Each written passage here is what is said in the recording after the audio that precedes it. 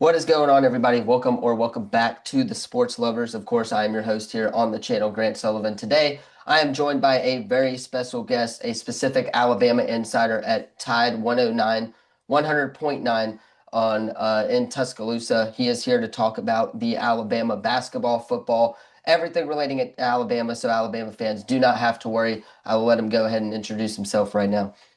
Grant, thank you for having me, man. Yeah, Wyatt Fulton, Tide 100.9, beat writer, show host covering all things Alabama Crimson Tide. And things never slow down here in Tuscaloosa. Rolled right from football season into basketball season, basketball to spring football to basketball transfer portal. So it's always a happening time here in Tuscaloosa.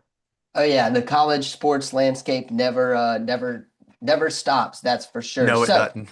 let us go ahead and hop into basketball really quickly. You did mention basketball. I want to ask, what is the Alabama roster looking like this offseason? Who are they looking to keep, and who are they going to look to add in the transfer portal, and what this roster is going to look like next season? Yeah, so we'll start with the departures first. Obviously, Taylor Bowen's hit the transfer portal. Jalil Bethea's hit the portal. He's already committed to Pitt. I don't know that I'd necessarily call both of those big losses for Alabama. I think Bowen was a bit of a bigger loss for the Tide just because injuries kind of hampered him last season. Jalil Bethea just unfortunately could never see the court very often here in Tuscaloosa. The big one, though, obviously, is LeBaron Philon declaring for the NBA draft for a second consecutive year. Got a feeling he's going to stick in this one. A lottery pick basically for Philon guaranteed. So you appreciate what he did in Tuscaloosa. But in terms of the current roster here for the Crimson Tide, you're kind of waiting to see what happens with some other guys in the portal here. Obviously, again, Aiden Sherrill, too, was a massive, massive loss for Alabama. He was their leading, rebounder. He was their big man a season ago. So replacing him is going to be really, really difficult. But there are some guys Alabama's looking at here when you look at the transfer portal. I know Donnie Freeman is somebody that Alabama's been they've gone to see him up in Syracuse, and I think it's down to Bama, Kentucky, and UConn. And so we'll see where Alabama goes there. But he'd be a phenomenal addition, 17 over 17 points per game from the big forward there, and so he could provide a really big post presence there for Alabama and trying to replace a guy like Aiden Sherrill. Big men are very, very valued right now in the transfer portal because we saw, UConn do really good things. Illinois had some big men that were able to do really good things. And then obviously the team that won the national championship, Michigan, they could outsize almost anyone in the country. And then even, in the regular season in the SEC, Florida, you saw, Alex Condon, Thomas Houck as well, guys that were just had this immense size that really just kind of locked up everything that smaller teams wanted to do. And so size has been really, really big and a focal point for Nate Oates in Alabama here, this transfer portal. Obviously, Aiden Holloway's legal battle. I know he doesn't provide great size, but his legal battle right now, if things go the way that, Holloway hopes, he'll be back in Tuscaloosa next season, kind of running the point for Nate Oates' offense there. A big one to keep an eye on is Amari Allen, somebody who had some ups and downs throughout the course of the season, but I expect him to test the draft waters similar to what Philon did last year. Test the draft waters, go through the combine, but as of right now, I would expect him back, and that would be a major, major retention for Nate Oates in Alabama at that point. Yeah, definitely size in the SEC is a big thing if you want to make a deep run in March for sure. When it comes to the basketball side, now let us move over to football a little bit. The NFL drafted this week. A lot of Alabama fans are curious. Where do you have Ty Simpson and Caden Proctor on the mock drafts leading up to next week? From people that I've talked to, it seems more likely that Caden Proctor would be the first round pick. And Alabama, they've got a streak of first round picks dating back to 2008 with Andre Smith. And if they can kind of survive this year, you look down the line and you see, okay, Xavier Brown next year is probably going to be a first round pick. The year after that, you're looking at maybe Keelan Russell and Dejon Lee. And then the year after, I mean, you're now getting into high school seniors, but if Alabama can seal the deal with Elijah Haven in recruiting, you're looking at like the 2030 draft or 2031 draft, and Elijah Haven's a talent that could be a first round pick. So if they can survive this year with kind of the lack of first round picks, maybe, I think at most Alabama's got two with Ty Simpson and Caden Proctor. I really like San Francisco for Proctor just because they're used to dealing with Trent Williams, who's a little bit bigger of an offensive lineman, but he's been one of the staples in the NFL for the last God knows how long. And so he can either Proctor can either kick inside and play that left guard spot while learning under Trent Williams, or if you think Trent Williams is, if you're San Francisco and you say, hey, is he really worth this contract at this age? You can move off of him and kind of slide Caden Proctor into that role after a season. So I really, really like Proctor in the first round there. Ty Simpson's going to be really interesting because if he's not the pick at 16 for the New York Jets, which by the way, I don't think he should be. I think, top half of the first round is maybe a little too early. I really think Ty Simpson's market starts to hit in the 20s there. And the problem is that those teams all have quarterbacks, right? The only team in the 20s that really is QB needy is Pittsburgh. And with the way Aaron Rodgers operates, as a Packers fan, I lived it for years, with the way that Aaron Rodgers operates.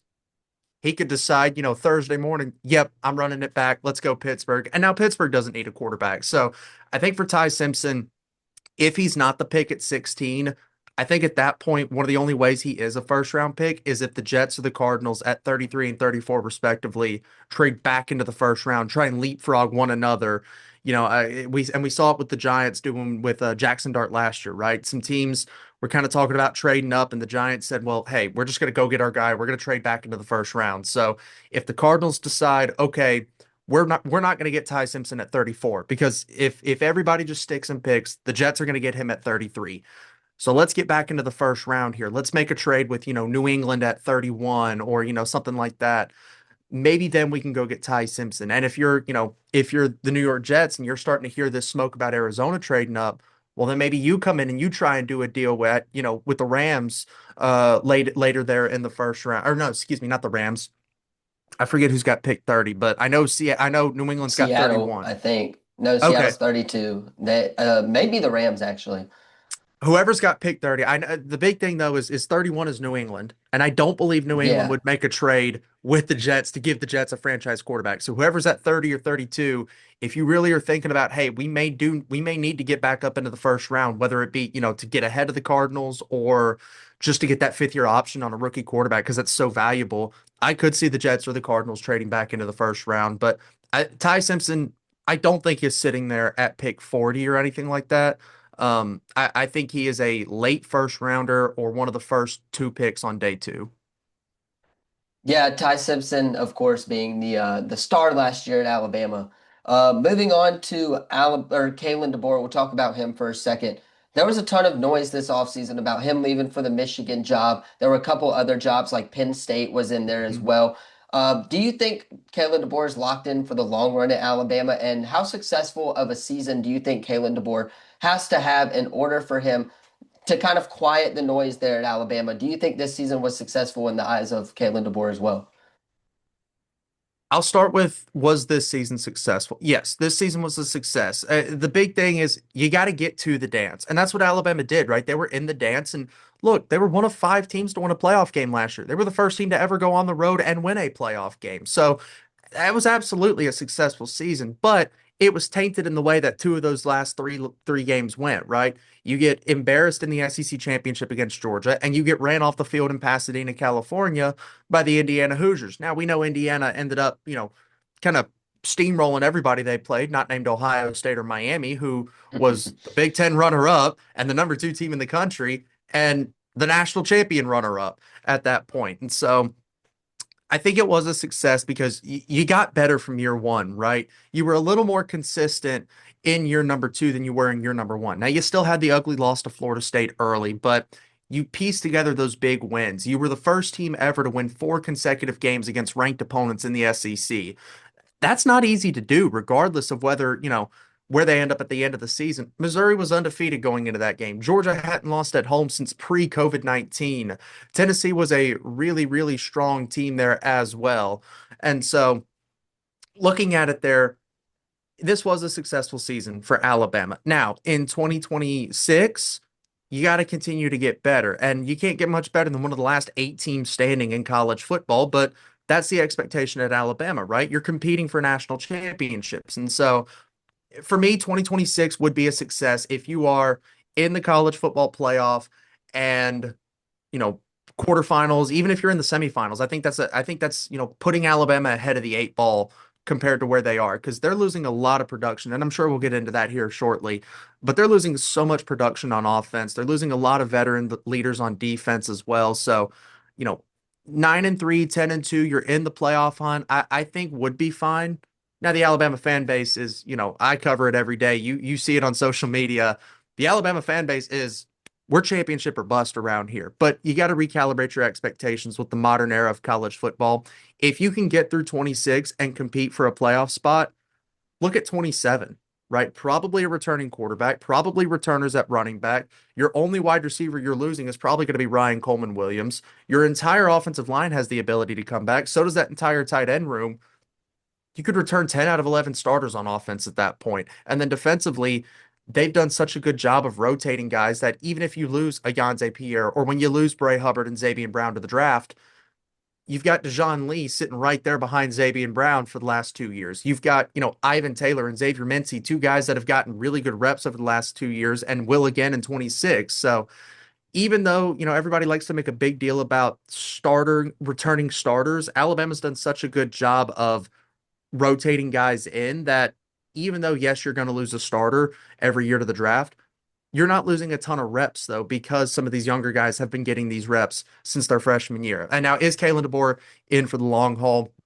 I think he wants to be. I think he wants to be at Alabama for the long haul, but it's like regular jobs, right? If I get it, if I'm making $15 an hour and somebody comes in and says, "Hey, I'm going to pay you $20 an hour to come do this same job," well, now I got to negotiate with my current employer, and if they're not going to match it, I'm going to hit the road. I'm going to go chase the money at that point. So I don't blame him at all if he does, if his agent does talk with other teams and things like that. But I think he wants to be at Alabama for the long haul. He's just got to start to piece together a little bit more success than what he's had so far.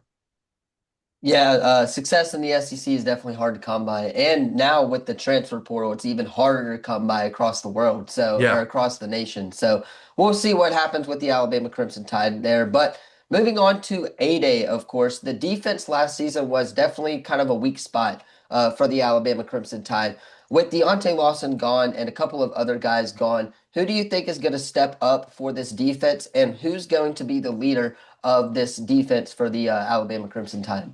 Well, they're returning four starters in a secondary that was phenomenal last season. I understand, again, they got raked over the coals by Indiana, but don't let that one game dictate your opinion of Alabama's defense the entire season. That was still a pretty good defense, especially in the that secondary was the top 10 unit, and you're returning Keon Sabb, Bray Hubbard, Xavier Brown, Dejoun Lee started, I think, 5 or 6 games last year for Alabama. So realistically, you're returning your entire starting secondary from a season ago. That was already a pretty daggum good unit. And then they've got so much depth at secondary. I put out an article on our website a couple of days ago, just like final takeaways from A-Day and things like that. And this secondary is competing for the best in the country. I also think they're competing for the deepest in the country because the secondary looked really, really good on A-Day, even though Keelan Russell had a phenomenal performance with I think over 220 yards and 4 scores. But that secondary still looked really, really good. And Xavier Brown and Bray Hubbard didn't play. So like they had new guys in the secondary there during A-Day. So I think defensively, you're expecting a guy like Bray Hubbard to step up. You're expecting a guy like Xavier Brown to step up and be more of that vocal leader compared to what, Deontay Lawson was and Tim Keenan were last season. And then in the front four as well, Caleb Woodson, the Virginia Tech transfer, is a guy that they're really high on. And from what I saw at A-Day, we were able to go watch the full thing, obviously. He looked really, really good as well. And then off the edge, Yonze Pierre, the returning sack leader from last year, he's gotten bigger, but he hasn't lost any of his speed or finesse. And so if he's able to add a little bit more power to that game, I think Yonze Pierre could be a force to be reckoned with on this defensive front. Yeah, defense for Alabama. Definitely a little bit of an underrated thing last year for the Tide, that's for sure. But keeping it with A-Day here, we did get some unfortunate news regarding Noah Rogers as he went down off the field, got carted off the field on Saturday. What are you hearing about his situation and what his timetable is for a return in 2026? So that injury happened right in front of us where the media was sitting. So we got a great look at it. He comes down on a pass breakup by Red Morgan, isn't able to put weight on that left leg, and then, you know, 3 minutes later they're carting him right in front of us and he's got a brace on that left knee. And when you see somebody go down, not put weight on it, and get carted off with a brace on that left knee, your mind immediately goes to the worst case scenario of torn ACL out for the year. But it may not necessarily be that bad though. Kalen DeBoer told us a couple of days ago on one of our radio shows here on 100.9.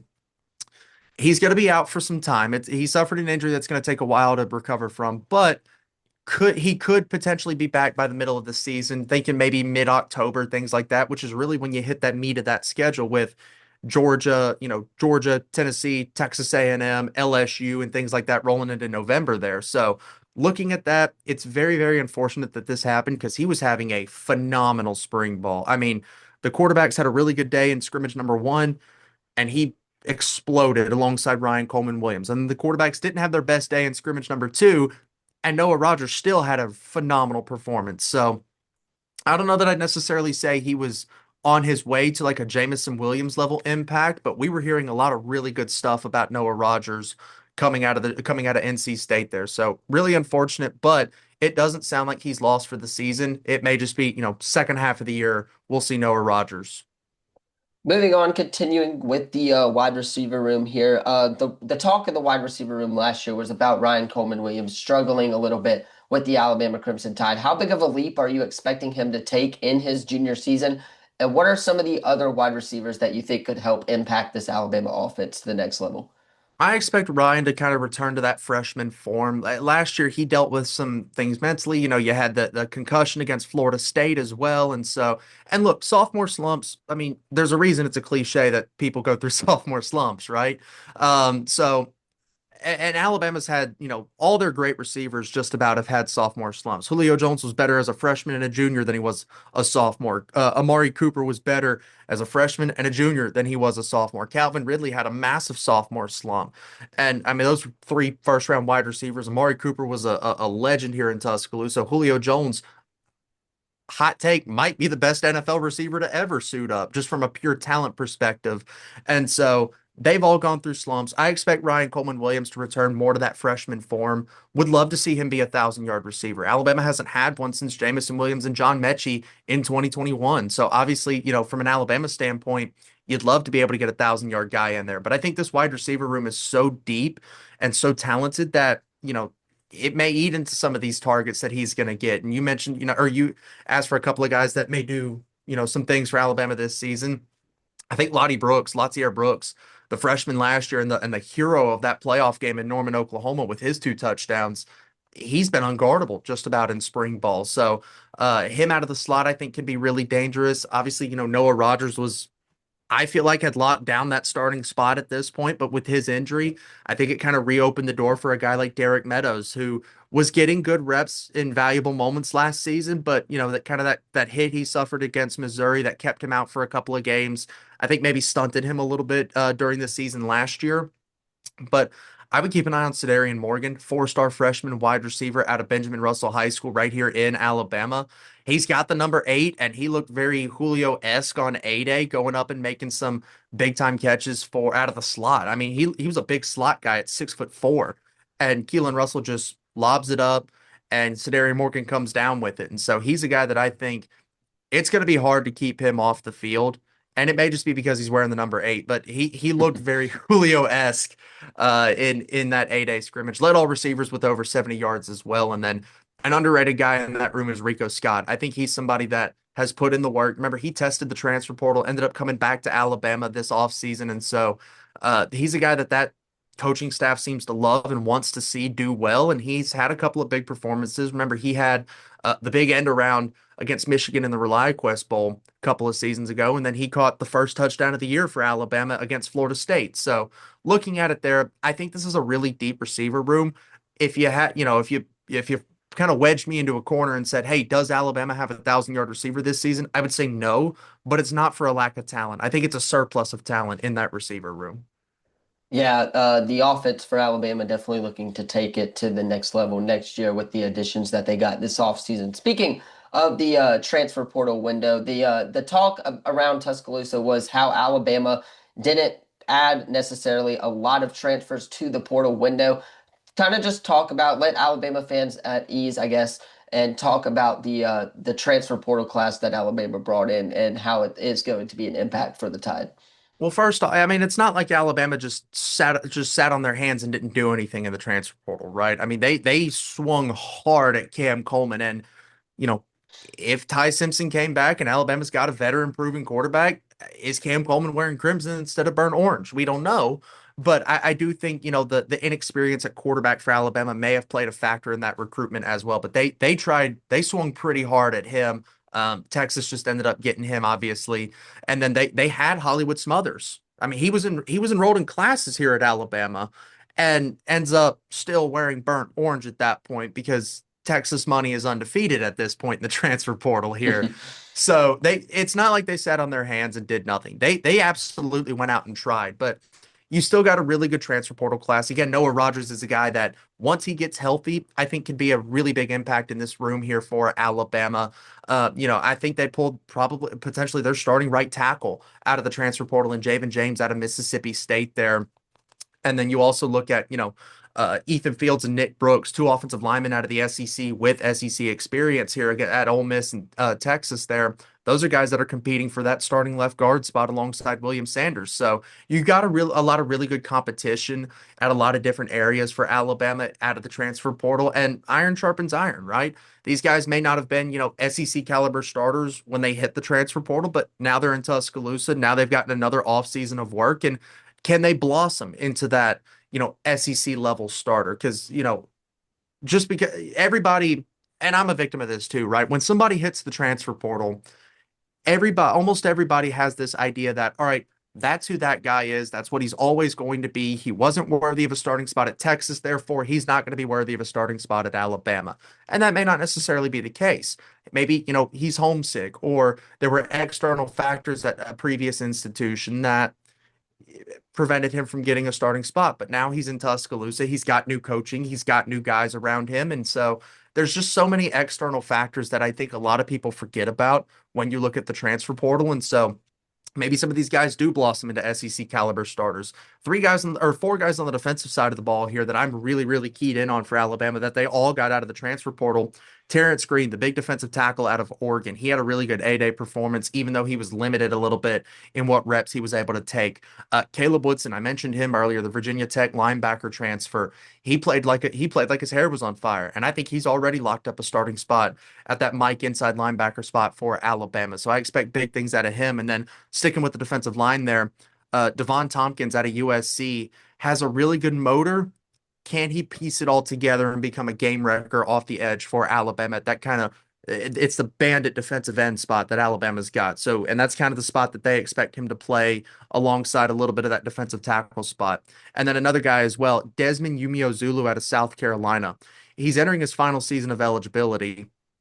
And so you're thinking, okay, played in the SEC, final season of eligibility. Obviously, he didn't do too much, right? Because he wasn't able to see the field. Well, you know why he wasn't able to see the field? Because some kid by the name of Dylan Stewart walked in the building and took that job immediately.